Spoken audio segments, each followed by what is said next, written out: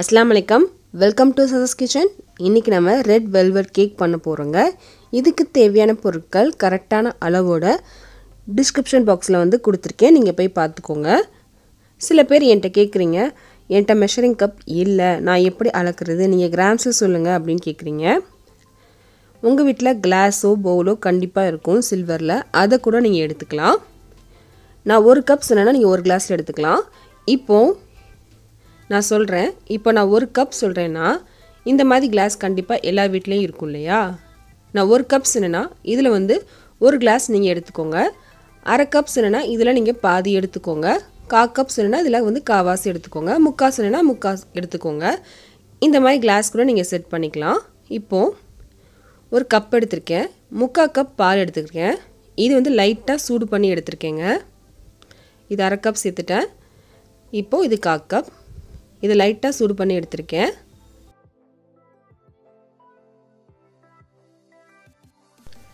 இதில் நான் lemon juice சேர்க்குறேன். உங்கள்கிட்ட வினிகர் இருந்தால் வினிகர் கூட சேர்த்துக்கலாம். அளவெல்லாம் டிஸ்கிரிப்ஷன் பாக்ஸில் கொடுத்துருக்கேன். இதில் எல்லோ ஃபுட் கலர் சேர்க்குறேன்.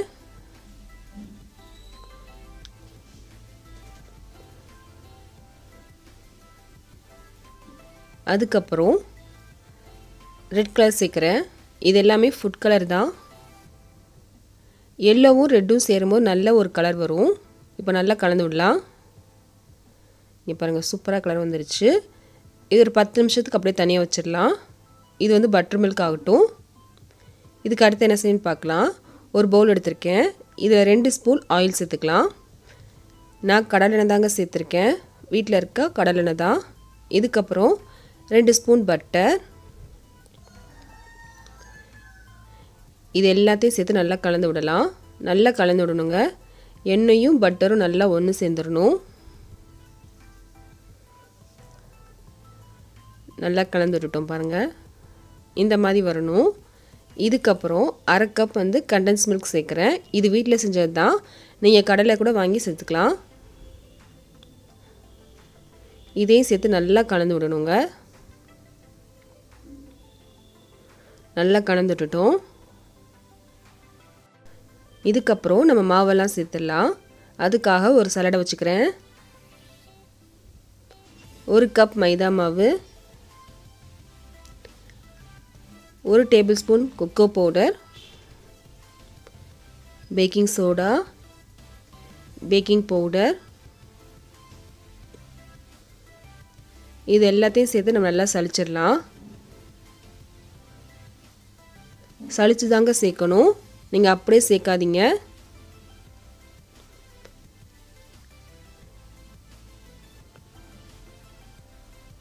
நல்லா சலிச்சிட்டோம். இப்போ எதுவுமே இல்லை, 1-2 தான் இருக்குது, அது நமக்கு தேவையில்லை. இப்போ இது எல்லாத்தையும் சேர்த்து நம்ம நல்லா கலந்து விடலாம். உங்களுக்கு சுகர் பத்தலை அப்படின்னா கப் சுகர் பவுடர் கூட சேர்த்துக்கலாம். இதுக்கப்புறம் நம்ம செஞ்சு வச்சுருந்தோம் இல்லையா பால், அதை சேர்த்து நம்ம நல்லா கலந்து விடணுங்க. கொஞ்சம் கொஞ்சமாக பால் சேர்த்து கலந்து விடுங்க. எல்லா பாலையுமே சேர்த்துடணும். நான் கண்டென்ஸ் மில்கில் வீட்டில் செஞ்சது இல்லையா, அதனால் கொஞ்சம் ஜாஸ்தியே சுகர் சேர்த்துருக்கேன். கடையில் வாங்கினது நீங்கள் சேர்த்திங்க அப்படின்னா கப் பவுடர் சுகர் சேர்க்கணும். எல்லா பாலையுமே சேர்த்துட்டோம். இப்போ பேட்டர் ரெடி ஆயிடுச்சு. இந்த கேக்கை 2 பகுதியாக நம்ம பேக் பண்ண போகிறோம். ஒரு பகுதியை கேக்காகவும் மிச்சதை டெக்கரேட் பண்ணுறதுக்கு யூஸ் பண்ணிக்கலாம். இப்போது ஒரு கேக் டின்னில் பட்டர் தடவி அது மேலே பட்டர் பேப்பர் போட்டு வச்சுருக்கேன். இதில் 3/4 அளவுக்கு சேர்த்துக்கலாம். லைட்டாக இந்த மாதிரி தட்டி விடலாம், டேப் பண்ணி விடலாம். இப்போ பேக் பண்ணுறதை பார்க்கலாம். ஒரு கடாயில் ஸ்டாண்ட் வச்சுருக்கேன். அடுப்பு மீடியமில் இருக்குது. இப்போ மூடி போட்டு ஒரு 5 நிமிஷத்துக்கு ப்ரீஹீட் பண்ணலாம். 5 நிமிஷம் கழித்து பார்க்கலாம். 5 நிமிஷம் ஆயிடுச்சு. அடுப்பு சிம்மில் இருக்கட்டும். இப்போ கேக் டின்னை உள்ளே வச்சிடலாம். மூடி போட்டு 20லேருந்து 25 நிமிஷம் ஆகும் இதை பேக் பண்ணுறதுக்கு. இதே மாதிரி அதையும் நம்ம பேக் பண்ணி எடுத்துக்கலாம். 15 நிமிஷத்துக்கு ஒரு தடவை செக் பண்ணிக்கோங்க. கரெக்டாக எனக்கு 20 நிமிஷம் ஆச்சு பேக் பண்ணி எடுக்கிறதுக்கு. கேக் நல்லா பேக் ஆயிடுச்சு. இங்கே பாருங்கள் எவ்வளோ க்ளீனாக வந்திருக்கு பாருங்கள். இப்போ நம்ம அடுப்பு ஆஃப் பண்ணிக்கலாம். இது தனியாக எடுத்து வச்சுக்கலாம். இந்த கேக் வந்து நல்லா ஆறட்டும். 1 கப் வந்து விப்பிங் க்ரீம் எடுத்திருக்கேன். நல்லா சில்லுன்னு எடுத்திருக்கேன். இந்த பவுலும் பாருங்கள் நல்லா சில்லுன்னு இருக்குது. இப்போது நான் ஹேண்ட் பிளெண்டர் யூஸ் பண்ணி நான் அடிக்க போகிறேன். ஒரு அரை நிமிஷத்துக்கு நல்லா அடிச்சிடலாம். விஸ்க் வச்சு பண்ணிங்கன்னா ரொம்ப டைம் எடுக்கும். கரெக்டாக வரும் விஸ்க் வச்சு பண்ணாலும். அரை நிமிஷத்தை அடித்ததுக்கப்புறம் வெண்ணிலா எசன்ஸ், அதுக்கப்புறம் சுகர் பவுடர் சேர்க்குறேன். இதோட அளவெல்லாம் டிஸ்கிரிப்ஷன் பாக்ஸில் வந்து கொடுத்துருக்கேன், நீங்கள் போய் பார்த்துக்கோங்க.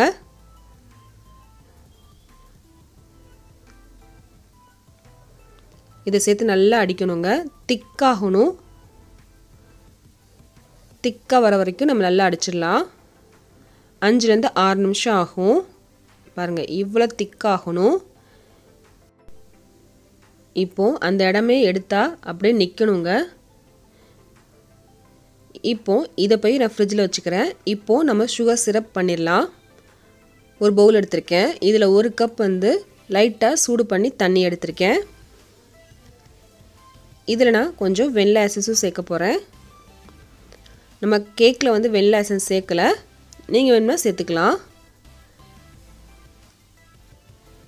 இதுக்கப்புறம் சுகர் சேர்க்குறேன். இந்த சுகர் சிரப் தான் கேக்கை வந்து நல்லா மாய்ஸ்டாக வச்சுக்கும். சுகர் நல்லா கரையட்டும். சுகர் நல்லா கரைஞ்சிருச்சு. இப்போ நமக்கு கேக்கும் நல்லா ஆறிடுச்சு. சிரப்பும் ரெடி ஆயிடுச்சு. விப்பிங் க்ரீமும் ரெடி ஆயிடுச்சு. இப்போது அசம்பிள் பண்ணிடலாம். நம்ம கேக் நல்லா ஆறிடுச்சு. அந்த கேக்கும் பார்த்திங்கன்னா நல்லா பேக் பண்ணி எடுத்துட்டேன்.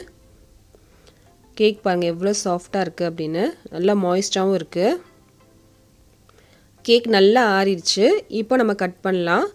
நீங்கள் சூட்லேயே கட் பண்ணிங்க அப்படின்னா உங்களுக்கு கட் பண்ணவே வராது. வீட்டில் இருக்க கத்தி வச்சு தாங்க நான் கட் பண்ணுறேன்.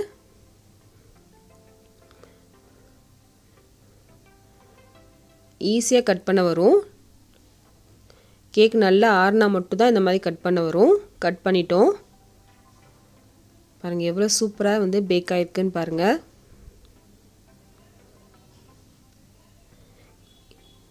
கொஞ்சம் மேலே கொஞ்சம் புஷ்ஷுன்னு இருக்கு இல்லையா, அதையும் நான் கட் பண்ணி எடுத்துக்கிறேன்.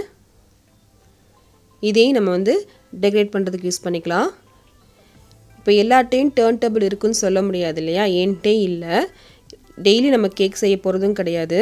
இந்த மாதிரி பிளேட் கண்டிப்பாக இருக்கும் எல்லார் வீட்லேயும். இது மேலே ஒரு பிளேட் வச்சுக்கிறேன்.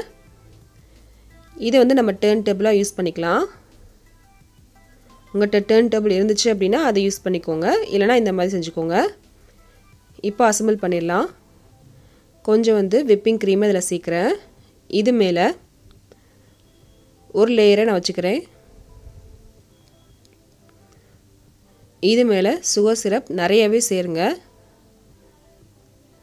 இதுதான் நல்லா வந்து 2 நாள் ஆனாலும் இந்த கேக் வந்து நல்லா சாஃப்டாகவே இருக்கும். நீங்கள் கடையில் வாங்குகிற கேக்லாம் பார்த்திங்கன்னா ரொம்ப சாஃப்டாக மாய்ஸ்டாக இருக்கும் இல்லையா, அது காரணம் இந்த சுகர் சிரப் தான். இது மேலே கொஞ்சம் விப்பிங் க்ரீம் சேர்த்துக்கிறேன். உங்களுக்கு தேவையான அளவு நீங்கள் சேர்த்துக்கலாம்.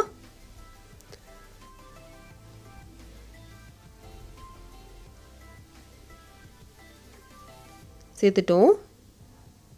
ஓரளவுக்கு சமப்படுத்திட்டோம். இதுக்கப்புறம் அடுத்த லேயர் கட் பண்ணோம் இல்லையா, அந்த லேயர் வந்து கீழே இருக்குது. இது மேலே நம்ம சுகர் சிரப் சேர்த்துடலாம். நம்ம 2வதாக பேக் பண்ணி எடுத்தோம்ல, அந்த கேக்கை வந்து மிக்சியில் போட்டு கொஞ்சம் பிரெட் க்ரம்ஸாக மாற்றி வச்சுருக்கேன், நெரு நெருன்னு. இது மேலேயும் விப்பிங் க்ரீம் சேர்த்துடலாம். கேக்கே தெரியாத மாதிரி நம்ம க்ரீம் எல்லாத்தையும் பூசிடலாம். நான் கத்தியையும் இந்த ஸ்பேச்சுலா வச்சு தாங்க பண்ணியிருக்கேன். பாருங்கள் ஈஸியாக திருப்ப வருது. இது மேலே நம்ம டெக்கரேட் பண்ண தான் போகிறோம். கேக்கே தெரியாத மாதிரி இருக்கணும். கொஞ்சம் சமப்படுத்திடலாம், அவ்வளோதாங்க.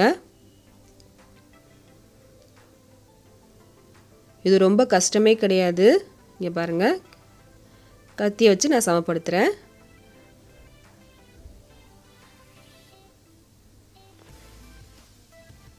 கத்தியில் கொஞ்சம் க்ரீம் ஒட்டிருச்சு அப்படின்னா கொஞ்சம் கத்தியை கழுவிக்கோங்க. இப்போது சமப்படுத்திட்டோம், ஓரளவுக்கு நீட் பண்ணிட்டோம். நம்ம இப்போ டெக்கரேட் பண்ணிடலாம். ப்ரெட் க்ரம்ஸை மாற்றி வச்சுருக்கோம்ல, அந்த கேக்கை வந்து கொஞ்சம் கையில் எடுத்துகிட்டு இந்த மாதிரி லைட்டாக ப்ரெஸ் பண்ணி விடலாம்.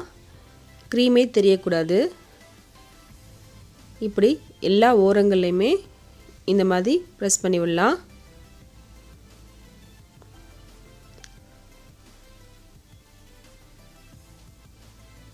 அதே மாதிரி கேக் மேலேயும் இப்படி போட்டுட்டு லைட்டாக ப்ரெஸ் பண்ணி விடலாம். இப்போ வந்து க்ளீன் பண்ணிடலாம்.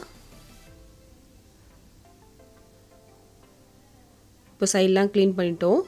இது மேலே கொஞ்சம் விப்பிங் க்ரீம் போட்டு வச்சுருக்கேன் பைப்பிங் பேக்கில். இது இல்லை அப்படின்னா பால் கவர் இருக்கு இல்லையா, அதை கூட நீங்கள் யூஸ் பண்ணிக்கலாம். இது மேலேயும் கொஞ்சம் கேக் போட்டுறேன். ஒயிட் அண்ட் ரெட் சூப்பராக இருக்குல்ல காம்பினேஷன். அவ்வளோதான், நமக்கு ரெட் வெல்வெட் கேக் ரெடி ஆயிடுச்சு. இதை வந்து ஃப்ரிட்ஜில் ஒரு 10 நிமிஷம் வச்சிடலாம், கொஞ்சம் செட் ஆகட்டும். 10 நிமிஷம் வச்சுட்டேன். பாருங்கள் எவ்வளோ சூப்பராக ரெடி ஆயிடுச்சு அப்படின்னு. பார்க்கும்போது எவ்வளோ அழகாக இருக்குது பாருங்கள். இதை கட் பண்ணிடலாம். இப்போ நான் கட் பண்ணுறேன். அவ்வளோ சாஃப்டாக இருக்குது கேக்கு.